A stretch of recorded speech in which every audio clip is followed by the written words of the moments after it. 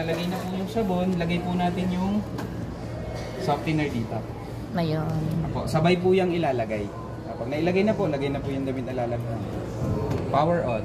Kung mapapansin niyo po, every time na magpa-power on tayo dito, nakailaw yung regular. Default siya doon. Kasi naka-default siya doon sa pang-araw-araw na ginagamit. Yung mga pangbahay, pang-trabaho, regular tayo. Wala ka nang ibang pipindutin, ma'am. Start lang. Bakit ilang minutes yan? 52 minutes. 52 minutes. Yun ang pinaka-minimum niya. Yes po. 52 minutes. Ngayon po, kung lalaban naman po ni madam is yung mga kumot. Pindot ka lang ng dalawang madam dito sa course 1. Ayun, blanket. Okay. 88 minutes siya. Bakit mas mataas? Kasi syempre, mas malaki yung lalabahan niya. Okay. Let's say naman po, yung lalabahan natin, yung pinang mall lang, pinang simba. So, ibig sabihin, hindi ganun karami or hindi masyadong marami. Pwede ka nang mag-speed lang. Paano pumunta doon? Pindutin mo lang yung course 2. Yan, speed. 15 minutes lang po.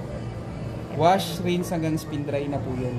Okay. So, madalas, lalo pag mga uniform. Pag mabilisan. Yes po, 15 minutes lang po. Okay na siya. Okay. Yung tubig po, siya na pong bahala magbigay. Siya na mismo Yes, ang ma'am. Kasi ano. pag in-start niyo po yan, magnanavigate yan ng konti, mga 3-2 ikot. Titimbangin niya. Ayun. Para po maibigay niya kung ilang water level yung nararapat para dun sa nilagay. Hindi mo na isa-set dito. Hindi na po. Hindi. Siya na pong bahala. Siya. Yes po. Okay. Ganon din po sa regular.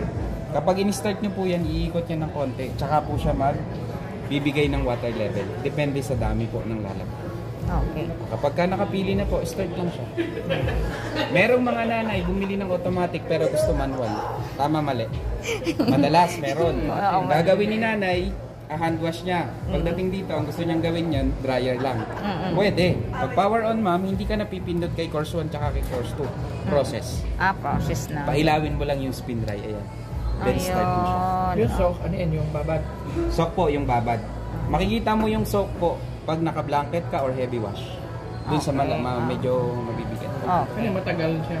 Yes po, kasi magbababad muna siya. More or less po, nasa 5 to 10 minutes yung babad.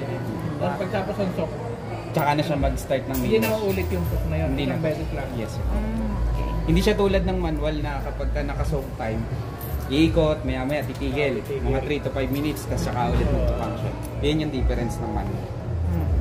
Tayin ko lang sir, itetest ko lang ngayon yung motor kung okay. Okay. Tayin lang natin. Pag nag-7 na